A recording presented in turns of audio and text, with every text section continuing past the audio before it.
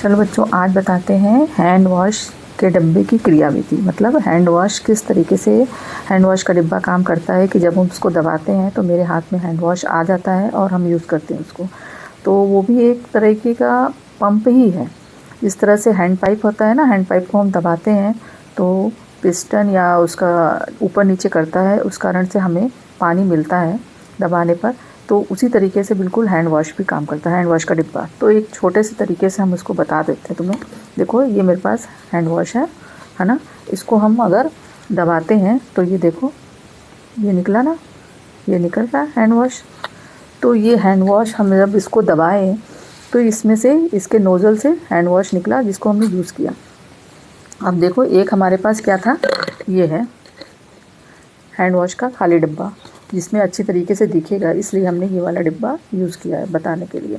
तो देखो, ये हमारे पास इसकी कार्यप्रणाली का एक मतलब वो है, पंप है, कैसे काम करता है। देखो, ये है हमारा पूरा पंप।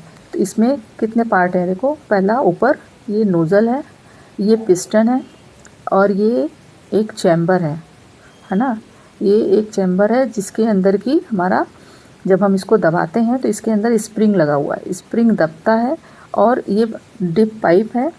ये डिप पाइप के द्वारा हैंड वॉश ऊपर चढ़ता है और इसमें भरता है और फिर जब दबाते हैं तो ऊपर से निकलता है। तो क्या होता है, जब हमने इसको दबाया, ये दबाया तो ये पिस्टन नीचे गया। जब पिस्टन नीचे गया तो ये स्प्रिंग है, स्प्रिंग दबी। स्प्रिंग दबने के कारण क्या हुआ, यहाँ पर दबाव बढ़ा। दबाव बढ़ने से क्या हुआ, ये जो यहाँ पे साबुन भरा हुआ था ये ऊपर चढ़ के नोज़ल से हमारे बाहर निकलने लगा।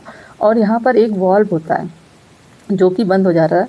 बंद हो जाने के कारण क्या होता है कि ये जो साबुन इसमें है वो बाहर इधर की तरफ से निकलता है, नीचे वापस नहीं जाता। इसलिए यहाँ पर एक वॉल्व ऐसा होता है कि जो एक ही तरफ खुलता है, तो वो यहाँ पर बंद हो जाता है और ये साबुन हमारे हाथ में आ जाता है। और जब हम इसको छोड़ते हैं, छोड़ने पे क्या हुआ, ये पिस्टन ऊपर आया और स्प्रिंग जो हुई ऊपर की तरफ खिंची। तो क्या हुआ, यहाँ पर वैक्यूम क्रिएट हुआ। अब वैक्यूम क्रिएट होने के कारण क्या हुआ, जब नीचे का जो हैंड वॉश वाला साबुन है इस पाइप में ऊपर चढ़ के यहाँ पर भर गया। फिर हम जब दबाए तो फिर ये जो साबुन यहाँ भरा हुआ था ये बाहर इस नोज़ल से निकलने लगा। तो इसी तरीके से पहली बार दबाने पर जो इसके अंदर भरा हुआ साबुन है वो बाहर निकलता है। फिर जब हम उसको छोड़ देते हैं तो नीचे से ये यहाँ वैक्यूम बनने के कारण ये हैंड वॉश ऊपर चढ़ के इस जगह पर भरता है। तो जब बार बार हम इसको ऊपर नीचे करते हैं तो ये लगातार इसके अंदर से हैंड वॉश ऊपर चढ़ता है और इस चैम्बर में भरता है और यहाँ से दबाने पर बाहर निकलता है। तो इस तरीके से इसकी क्रियाविधि हो गई। तो बिल्कुल सेम टू सेम जैसे हैंड पाइप काम करता है, बिल्कुल सेम वैसे ही ये भी काम करता है। तो जब हम इसको लगा देते हैं तो इसको हमने बंद किया और बंद करने के बाद जब इसके अंदर जो साबुन था वो हमारा, जब हम इसको दबाते हैं हमारे यहाँ से बाहर निकलता है। और कभी कभी देखो फोम वाला साबुन निकलता है।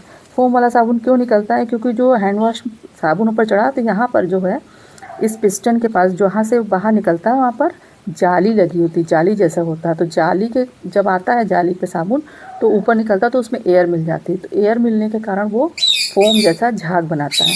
ठीक है, तो जब हमारे हाथ में आता है तो फोम जैसा होता है। इस तरीके से ये हैंड वॉश की क्रियाविधि, हैंड वॉश का पंप काम करता है। ठीक है, तो ये समझ में आया कैसे काम करता है।